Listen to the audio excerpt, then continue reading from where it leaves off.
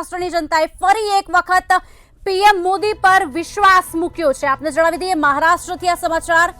જનતાએ ફરી એક વખત પીએમ મોદી પર વિશ્વાસ મૂક્યો। એક હે તો સેફ હેનો નારો પણ લાગ્યો। મહારાષ્ટ્રમાં કોંગ્રેસ ગઠબંધનના સુપડા સાફ થતા જોવા મળ્યા। મહારાષ્ટ્રમાં મોહબ્બતની દુકાન ન ચાલી। આપને જણાવી દઈએ મહારાષ્ટ્રથી આ સમાચાર, જે આ કોંગ્રેસને 50 બેઠક પણ પૂરી આવી નથી। અત્યારે હાલ સમાચાર મળી રહ્યા છે મહારાષ્ટ્રથી। આપને જણાવી દઈએ હાલ તો સ્થિતિ એવી છે કે જનતાએ ફરી પીએમ મોદી પર વિશ્વાસ મૂક્યો છે। મહારાષ્ટ્રની જનતા અત્યારે એક હે તો સેફ હેના નારા પણ લગાવી રહી છે અને દૂર દૂર સુધી કોંગ્રેસ ક્યાંય દેખાયું નથી। કોંગ્રેસ ગઠબંધનના સુપડા સાફ થયા છે। મહારાષ્ટ્રનું રાજકારણમાં અત્યારે ચર્ચાઓ ઘણી બધી ચાલી છે।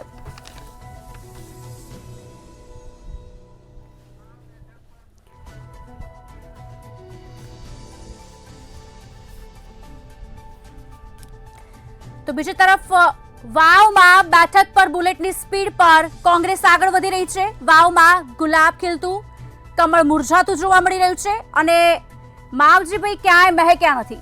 10મા રાઉન્ડમાં અંતે 12,367 મત જોવા મળી રહ્યા છે। વાવ ભાજપ ઉમેદવાર સ્વરૂપજી ઠાકોર આગળ જોવા મળી રહ્યા છે। વાવ અપક્ષ ઉમેદવાર માવજીભાઈ પટેલ પાછળ જોવા મળી રહ્યા છે। આપને જણાવી દઈએ વધુ એક સમાચાર વાવથી, જ્યારે આજે ખરાખરીનો જંગ જોવા મળશે।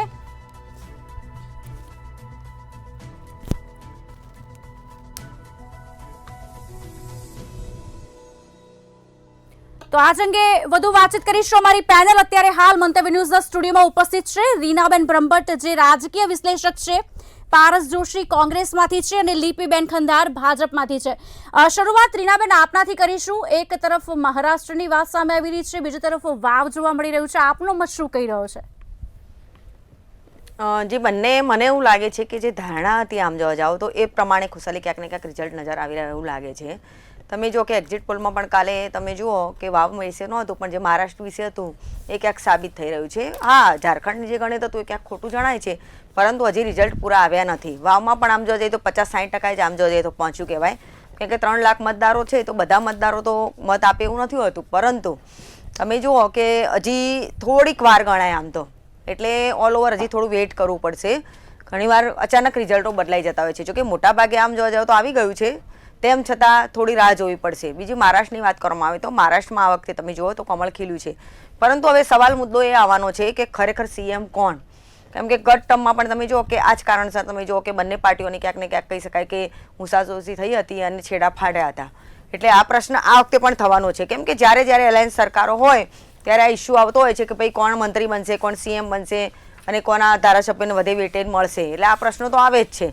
ગઠબંધનનો સૌથી મોટો માઇનસ પોઈન્ટ તો આ છે, એમાં નિર્ણય પણ તમે જો લેવામાં તકલીફ પડતી હોય છે। એટલે મહારાષ્ટ્રમાં લગભગ જીત પાકી જ છે ભાજપની, એમણે ભાજપને સંપૂર્ણ મોટાભાગે બહુમતી મળશે, પરંતુ જો કે એમની સાથે તમે જો કે એકનાથ શિંદે છે તો એનડીએના કહી શકાય કે અજીત પવાર પણ છે। રીનાબેન, લાગી રહ્યું છે કે ભાજપમાં હવે પહેલા જેવું શિસ્તનું પાલન, ભલે ભાજપ જીત્યું છે મહારાષ્ટ્રમાં, પણ ક્યાંક શિસ્તનું પાલન નથી એવું પણ દેખાઈ રહ્યું છે।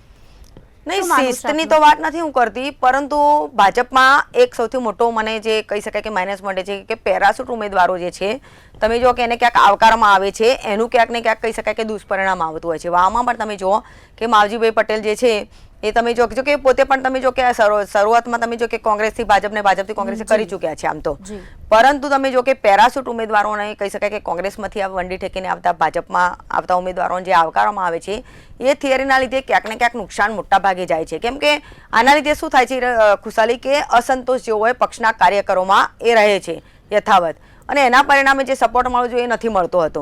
લોકસભાની ચૂંટણીમાં પણ આ થયું હતું કે ભાજપના જે ઉમેદવારો છે તે ક્યાંક બદલવા પડ્યા હતા, સ્થિતિ કંઈક અલગ થઈ ગઈ। મહારાષ્ટ્રમાં પણ આ વસ્તુ ચાલી જ હતી કે એક પક્ષમાંથી બીજા પક્ષમાં અને બીજા પક્ષમાંથી ત્રીજા પક્ષમાં છેક સુધી ચાલ્યું હતું। એટલે એમ એવું લાગતું હતું કે ભાઈ ક્યાંક ને ક્યાંક ગણિત ખોટું પડશે, પરંતુ હું આ મંચ પરથી અને બીજા મંચ પરથી કહી રહ્યો છું કે ભાજપની જે સ્ટ્રેટેજી હોય છે અમિત શાહ દ્વારા જે બનાવવામાં આવે છે એ ખૂબ કહી શકાય કે મજબૂત હોય છે ક્યાંક ને ક્યાંક।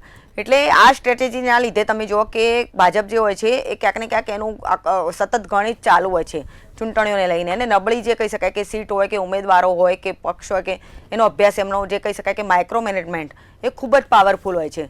એટલે તમે જુઓ કે અગાઉની જે ચૂંટણી રાજસ્થાનની હતી એના પણ પરિણામો તમે જુઓ કે અલગ આવ્યા હતા।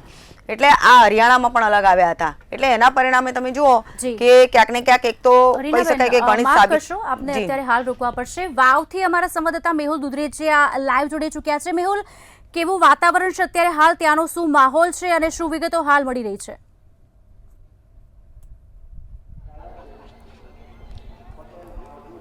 આજે જે પ્રમાણે કોંગ્રેસ છેલ્લા 10 રાઉન્ડથી જે આગળ આવી હતી, 9 રાઉન્ડ સુધી કોંગ્રેસની 13,000 સુધીની જે લીડ છે તેઓની સાથે તેઓ આગળ જે વધી રહ્યા હતા, પરંતુ ક્યાંક તેના જે વિજય રથ છે તેની અંદર થોડી બ્રેક આવી છે. જે પ્રમાણે અત્યારે 10મા રાઉન્ડની અંદર થોડા મતો સાથે ગુલાબસિંહ રાજપૂત જે છે તેની લીડ જે છે કોંગ્રેસની ઘટી છે.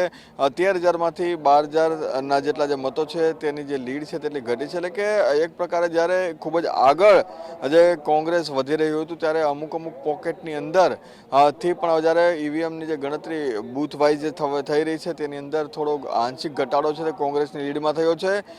જે પ્રમાણે ખૂબ જ ઉત્સાહનો માહોલ કોંગ્રેસી કાર્યકર્તાઓમાં જોવા મળી રહ્યો હતો તેમાં થોડીક નિરાશા અત્યારે જોવા મળી છે, પરંતુ હજી પણ જે ગુલાબસિંહ છે તેઓ 12,000થી પણ વધારે મતોથી તેઓ આગળ ચાલી રહ્યા છે.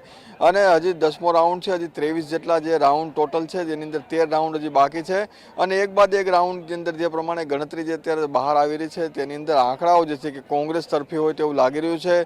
સાથે સાથે ત્રિપાંખિયા જંગની જે વાતો ચાલી રહી હતી તે પૈકીના સ્વરૂપજી જે છે તેઓ પણ 13,000 મતોથી પાછળ રહી રહ્યા છે. અને સાથે જે માવજીભાઈ જે છે તેઓના પણ જે ઘણા ખૂબ જ ઓછા મતો જે છે તે જોવા મળ્યા છે, પરંતુ જે બંને જે લોકો છે તેઓ જીતનો જે હજી પણ આશાવાદ જે વ્યક્ત કરી રહ્યા છે. 13 રાઉન્ડ જે હજી પણ ગણતરીના બાકી છે, પરંતુ 10 રાઉન્ડની અંદર કોંગ્રેસ જે છે ત્યારે આગળ જોવા મળી રહ્યું છે. જી મેહુલ, આભાર સમગ્ર માહિતી આપવા બદલ. વધુ માહિતી આપની પાસેથી લેતા રહીશું. તો ગુલાબસિંહ રાજપૂત જે કોંગ્રેસના છે તે આગળ જોવા મળી રહ્યા છે અત્યારે હાલ વાવમાંથી, અને પણ મહારાષ્ટ્રમાં ક્યાંક કોંગ્રેસનું કાચું કપાયું હોય તેવી પણ વાત સામે આવી રહી છે. માવજી પટેલ જે અપક્ષમાંથી છે તેમના ઓછા મતો જઈ રહ્યા છે, અને સાથે સ્વરૂપજી ઠાકુર જે છે તે ભાજપનાથી પણ પાછળ ચાલી રહ્યા છે. પણ જો એ જોઈએ તો આગળ હજી પણ રાઉન્ડ બાકી છે. લિપિબેન, આપની સાથે વાત કરવા માંગીશ. મહારાષ્ટ્રમાં તો ભાજપ આગળ છે, પણ વાવમાં જોવા જઈએ તો ક્યાંક હજી ધીમી ગતિ દેખાઈ રહી છે. શું માનવું છે આપનું? ચોક્કસથી પહેલાં તમે શિસ્તની વાત કરી તો હું કહીશ કે માત્ર ને માત્ર કોઈ રાજકીય પક્ષમાં શિસ્ત જોવા મળે ને તો એ ભારતીય જનતા પાર્ટી છે. અને એનું શ્રેષ્ઠ ઉદાહરણ એ છે કે જે માઇક્રો મેનેજમેન્ટ જે છે, ઘર ઘર સુધી પહોંચી અને સરકારી યોજનાઓના લાભ લોકો સુધી પહોંચે, એનું જે મેનેજમેન્ટ જે કાર્યકર્તા થ્રુ થાય છે એ બતાવે છે કે કેટલી બધી શિસ્ત છે. ચાહે મહાયુતિ હોય કે કોઈ પણ પ્રકારનું ગઠબંધન પણ હોય, પરંતુ જ્યારે પાર્ટી કોઈ ગઠબંધન કરી અને કોઈ ઉમેદવારને કહે છે ને ત્યારે ભલે એ બીજા પાર્ટીનો ઉમેદવારને બીજી પાર્ટીને સીટ આપવામાં આવે, પણ ભારતીય જનતા પાર્ટીનો કાર્યકર્તા પૂરેપૂરી પોતાની તાકાત અને એ સીટને મજબૂત કરવા અને કેન્ડિડેટને જીતાડવા માટે લગાવે છે. તો આ એક વાત રહી. અને જે મહારાષ્ટ્રમાં તો આપણે ક્લિયર જનાધાર અને જનતાનો આદેશ જોઈ જ શકીએ છીએ કે કેવી રીતે ભારતીય જનતા પાર્ટીએ પહેલાં પણ મેં કહ્યું કે લોકો સુધી પહોંચે, કે જે લાડકી બહેન યોજના છે તો લોકો સુધી પહોંચે. ફક્ત એનાઉન્સમેન્ટની વાત નથી, પરંતુ એ યોજના કઈ રીતે સાચા અર્થમાં પહોંચે ને આ પ્રકારનું પારદર્શક જે મેનેજમેન્ટ છે, આ પ્રકારનું જે તંત્ર જે ભારતીય જનતા પાર્ટીના નેતૃત્વમાં છે એ બતાવે છે કે કેમ લોકો વારે વારે ભારતીય જનતા પાર્ટીને જ આશીર્વાદ આપે છે અને આ દેશને વિકાસ થાય એના માટે કેમ મોદીજીના નેતૃત્વ પર જ વિશ્વાસ મૂકવામાં આવે છે.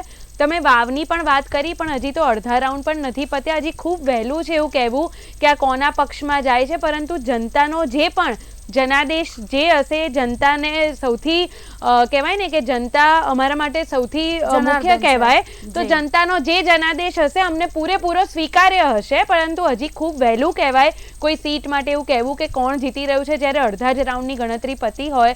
અને આગળ આપણે જોઈશું કે હજી ઝારખંડમાં પણ આપણે જોઈએ જે પરિસ્થિતિ છે કે કોંગ્રેસ કરતાં તો ભારતીય જનતા પાર્ટી પાસે ડબલ સીટો છે. ને અત્યારે તમે આંકડાઓ જુઓ તો હજી આપણે ખૂબ વહેલું છે એવું કહેવા માટે કે કોણ આગળ છે, પરંતુ મહારાષ્ટ્રમાં પ્રચંડ બહુમતી એ બતાવે છે અને એ જ બતાવે છે કે હરિયાણા પછી જે ટ્રેન્ડ છે એ બરકરાર રહેશે. આજે લિપિબેન, આપની વાતથી હું સહેમત છું, પણ એક સવાલ આપે જે શિસ્તની વાત કરી તેમાંથી જ મને થઈ રહ્યો છે કે જ્યારે પક્ષમાં અંદર હુંસાતુસી હતી, ઘણા કાર્યકરોનો ક્યાંક વિરોધ હતો, ત્યારબાદ પક્ષના જે ઉમેદવારો છે કેટલાક ભાજપની જે સીટ છે તેમાં બદલવા પડ્યા હતા. એનું કારણ જાણવા માંગીશ, કારણ કે અંદર જ જો હુંસાતુસી હોય તો બહાર તો ઓબ્વિયસલી રહેવાનું જ છે. જો કાર્યકર્તા જ્યારે કામ કરતું હોય ને ક્યાંક ને ક્યાંક એક કહેવાય ને એક પરિવાર છે ને એવું હોય, ઘણા બધા લોકોને એવી ઈચ્છા હોય કે મારે ઇલેક્શન લડવું છે, પરંતુ જ્યારે કોઈ સીટનો કેન્ડિડેટ લેવામાં આવે કોઈ પણ પાર્ટી દ્વારા તો એના મલ્ટિપલ ફેક્ટર હોય છે.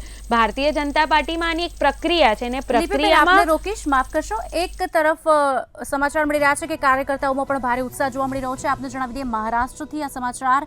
ફટાકડા અને મીઠાઈ ખવડાવીને ઉજવણી કરવામાં આવી છે. આપ દ્રશ્યો ટીવી સ્ક્રીન પર જોઈ શકો છો. એકનાથ શિંદેના ઘર બહાર ફટાકડા ફોડીને જશ્ન મનાવવામાં આવી રહ્યો છે. એક તરફ જ્યારે મહારાષ્ટ્રમાં જનતાએ મોદી સરકાર પર વિશ્વાસ ફરીવાર મૂક્યો છે, ત્યારે એકનાથ શિંદેના ઘરની બહાર જશ્નનો માહોલ જોવા મળી રહ્યો છે.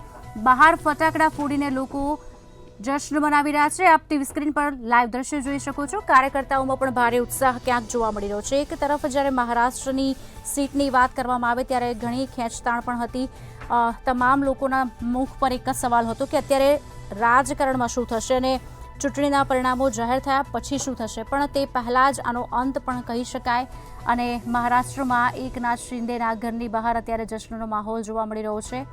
ફરી એક વખત મોદી સરકાર પર વિશ્વાસ મૂક્યો છે મહારાષ્ટ્રની જનતાએ, એટલે જનતા જનાર્દન ચોક્કસથી કહી શકાય. હવે જોવાનું એ રહેશે કે આગળ શું. કાર્યકર્તાઓમાં અત્યારે ઉત્સાહ તો જોવા મળી રહ્યો છે અને મોદી સરકાર ફરી વખત ભાજપ કહી શકાય તે આવશે.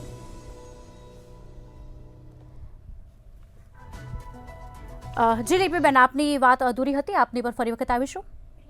જ્યારે એક પ્રક્રિયા હોય છે કોઈ પણ સીટમાં કોઈ ઉમેદવારને જાહેર કરવામાં આવે એની એક પ્રક્રિયા છે, એમાં ઘણા બધા ફેક્ટર કામ કરતા હોય છે ને જ્યારે જનતા માટે ને એ એરિયા માટે જ્યારે સૌથી સારું જે કેન્ડિડેટ હોય એને જ્યારે પાર્ટી મૂકવામાં આવે છે, એકવાર પાર્ટી જ્યારે જાહેર કરે છે ને કે હવે આ સીટ ઉપર આ ઉમેદવાર છે, ત્યારે દરેક કાર્યકર્તા પૂરેપૂરી નિષ્ઠાથી એને જીતાડવા પાછળ લાગી જાય છે.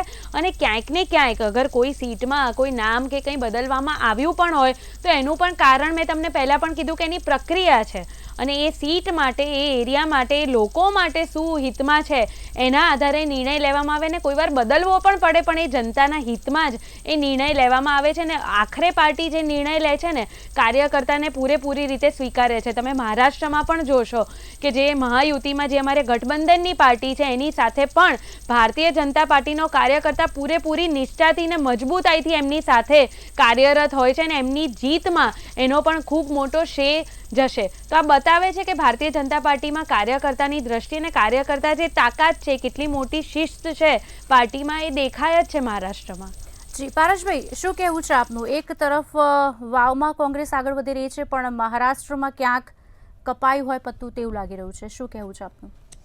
મેડમ, આપનું જે પ્રારંભિક ઉદ્બોધન હતું ને એની અંદર આપણે જે વાત કરી કે કોંગ્રેસે 50થી બી સીટોનો આંકડો પાર નથી કરી શકી, તો હું એ વાતને જરા કરેક્શન કરું છું કે 288 સીટમાંથી 101 સીટ ઉપર કોંગ્રેસે પોતાના ઉમેદવાર ઊભા રાખ્યા હતા અને અત્યારે તમે જોશો કે 54 સીટો ઉપર તો અત્યારે કોંગ્રેસના જે ઉમેદવારો છે આગળ છે. 101 ઊભા રાખ્યા હતા, એમાંથી 54થી વધારે સીટો ઉપર અત્યારે કોંગ્રેસના જે ઉમેદવારો છે આગળ છે. એટલે આ જ બતાવે છે કે કોંગ્રેસ જે છે એને પોતાનું ત્યાંગડી મહારાષ્ટ્રની અંદર પરફોર્મન્સ કઈ રીતનું છે એ આપના અત્યારે આકલન પ્રમાણે બતાવી રહ્યું છે. એટલે જે આપના જે વર્ડ્સ છે, સોરી, જે મીડિયા જે પોતે બોલી શકે છે એની અંદર કે કોંગ્રેસનો સફાયો છે, આ છે તે છે, જે વાત કરે છે, તો 101માંથી 54 સીટો જે છે એના ઉપર અત્યારે કોંગ્રેસના જે છે એ ઉમેદવારો આગળ છે. આ પહેલી વાત કરું. બીજી એક વાત કરું કે જે રીતે આપણે અત્યારે સમગ્ર ડિબેટની અંદર વાત કરી રહ્યા છે કે મોદી લહેર છે કે અમિત શાહનું માઇક્રો મેનેજમેન્ટ છે, અચ્છા, તો આ બધી વાતો હતી તો વાવની અંદર અમિત શાહજીએ માઇક્રો મેનેજમેન્ટ કેમ ના કર્યું? વાયનાડની અંદર માઇક્રો મેનેજમેન્ટ કેમ ના કર્યું? ઝારખંડની અંદર અત્યારે જે પરિણામો છે એની અંદર માઇક્રો મેનેજમેન્ટ ક્યાં ગયું અમિત શાહજીનું? મોદી લહેર હતી એ ઝારખંડમાં ક્યાં ગઈ? વાયનાડમાં ક્યાં ગઈ? વાવમાં ક્યાં ગઈ? યુપીની જે પેટા ચૂંટણી હતી એમાં 9માંથી 3ની અંદર જે છે અમારી જે સહયોગી પાર્ટી સમાજવાદી પાર્ટી અત્યારે એમણે સીટો લઈ લીધી છે, 6 એમની સીટે છે, તે 3 સીટોની અંદર મોદી રહ્યું કે માઇક્રો મેનેજમેન્ટ ક્યાં ગયું? એટલે આ બધી વસ્તુઓ છે કે અત્યારે અમારા જે છે 101માંથી 54 ઉમેદવારો જે છે એ મહારાષ્ટ્રની અંદર આગળ છે.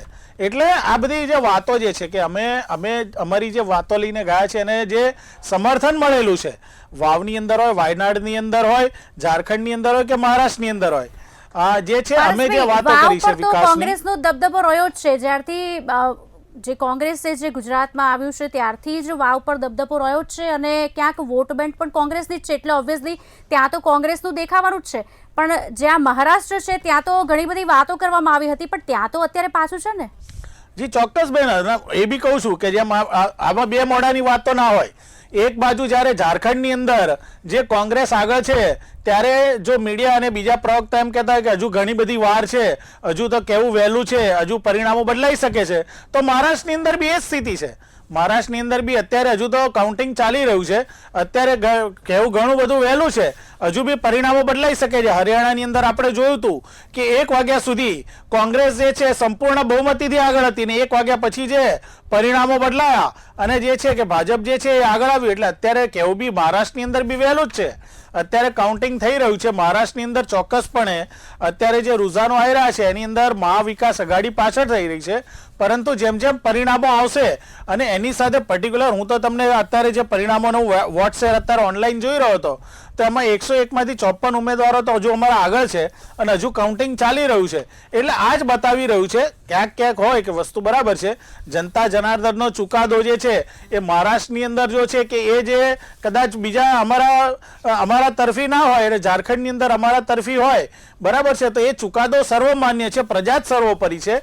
પરંતુ અત્યારે જે બી કંઈ કાઉન્ટિંગ ચાલી રહ્યું છે એને જોઈએ અને સ્પષ્ટ ચિત્ર તો છે 1 કે 2 વાગ્યા સુધી સ્પષ્ટ થશે. બેન જી લીપીબેન, આપને કંઈક કહેવું છે કે કહેવા માંગો છો આપ? ચોક્કસથી હું ઝારખંડની વાત કરી દઉં તો કોંગ્રેસની 14 સીટ છે ને બીજેપીનું 28 સીટ ઉપર આગળ ચાલી રહ્યું છે. એટલે અત્યારે પણ ભારતીય જનતા પાર્ટી ડબલ સીટોથી આગળ છે. તમે માઇક્રો મેનેજમેન્ટની વાત કરી એટલે હું તમને કહી દઉં કે તમારી પાર્ટી કરતાં તો ભારતીય જનતા પાર્ટીની પાસે ડબલ સીટોથી આગળ છે, જ્યાં તમે વાત કરો છો ઝારખંડની. બીજી મહારાષ્ટ્રમાં તો આપણી સામે ક્લિયર જ છે, કોંગ્રેસની તો લગભગ 25 સીટોમાં 24 સીટોમાં જ આગળ છે. મને નથી ખબર તમે કયા નંબર બોલી રહ્યા હતા, પરંતુ કોંગ્રેસની હું વાત કરી દઉં. અને મહારાષ્ટ્રમાં તો પ્રચંડ બહુમતી એ સ્ક્રીન ઉપર આપણા બધાની સામે ખૂબ જ એક ક્લિયર પિક્ચર છે, એમાં કોઈ હવે વાત બીજી રહી નથી. અને મેં તમને પહેલાં પણ કીધું કે કોઈ પણ જગ્યા પર કોઈ પણ એક સીટ ઉપર પણ જનતાનો આદેશ જે પણ આવશે અમને સ્વીકાર્ય હશે અને જ્યાં અમે આગળ છીએ ત્યાં વધુ ને વધુ વિકાસના કાર્ય કરીશું. અને જ્યાં કોઈ પ્રકારે અમે આગળ ના પણ હોઈએ ને તો જનતાની હજી વધુ કઈ રીતે સેવા કરીએ ને આ પ્રકારની વિચારધારા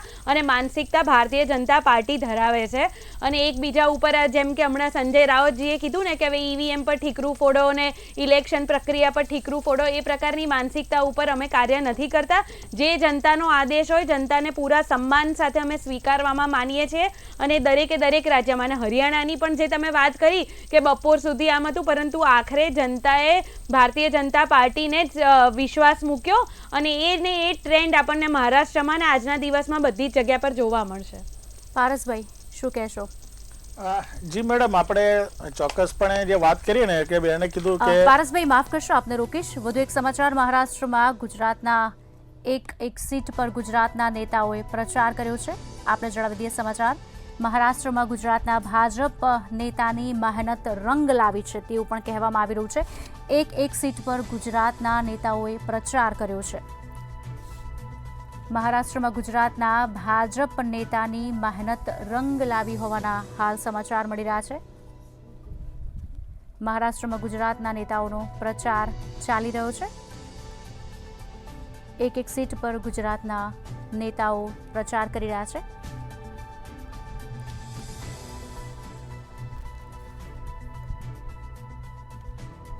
એક સીટ પર ગુજરાતના નેતાઓ પ્રચાર કર્યો છે તેવું પણ કહેવામાં આવી રહ્યું છે. અત્યારે હાલ જોવા જઈએ તો મહારાષ્ટ્રમાં ભાજપ પર અત્યારે જનતાએ વિશ્વાસ મૂક્યો છે. બીજી તરફ ફટાકડા ફોડવામાં આવી રહ્યા છે અને જશ્નનો માહોલ પણ જોવા મળી રહ્યો છે.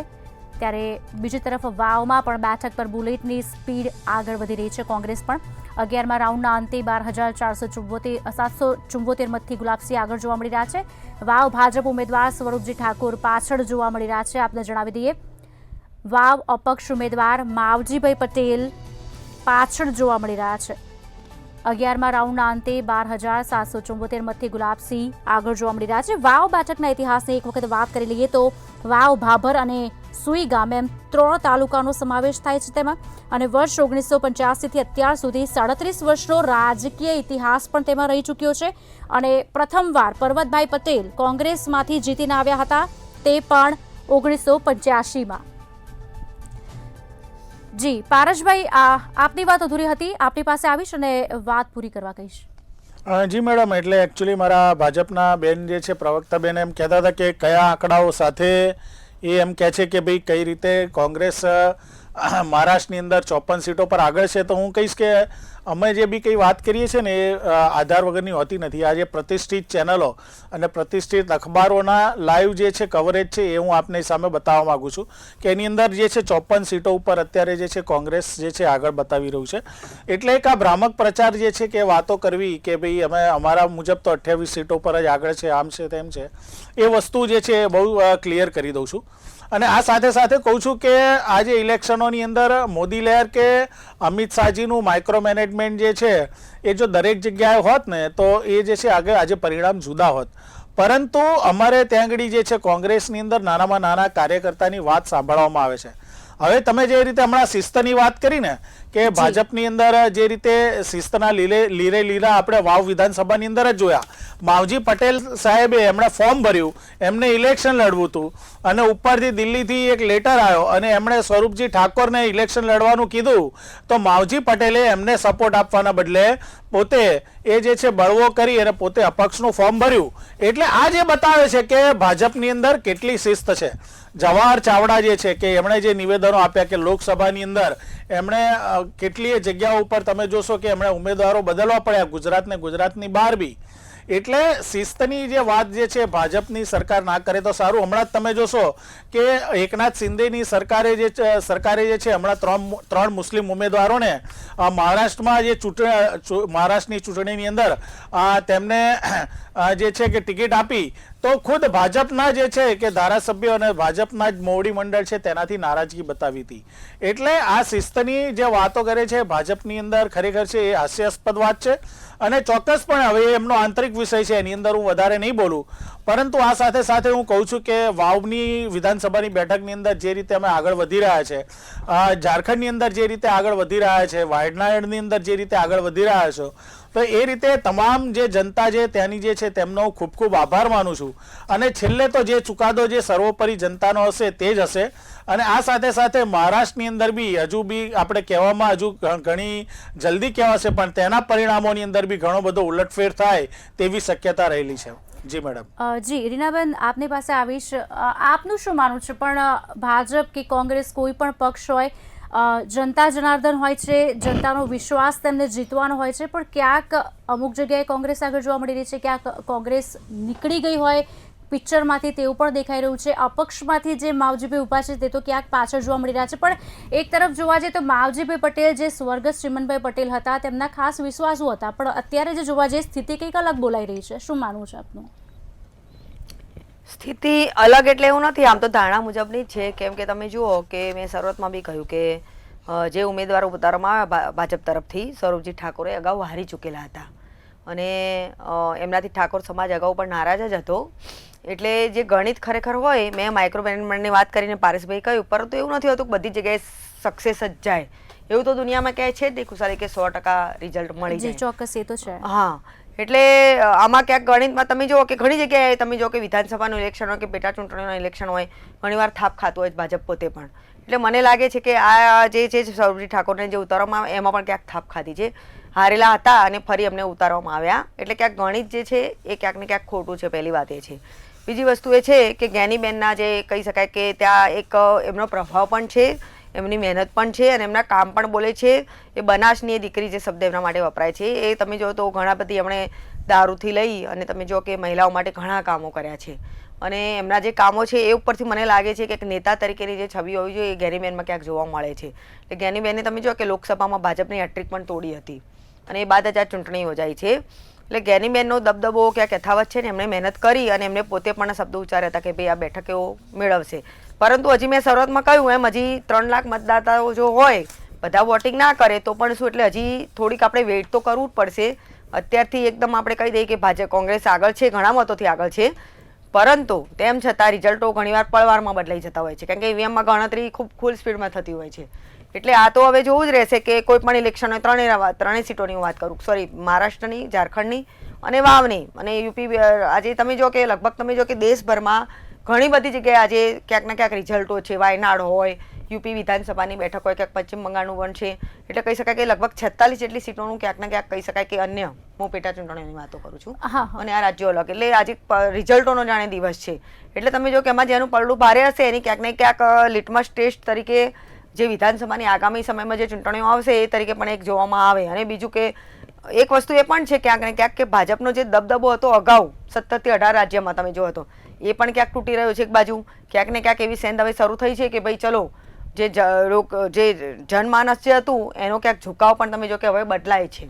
એક વસ્તુ એ પણ લાગી રહી છે.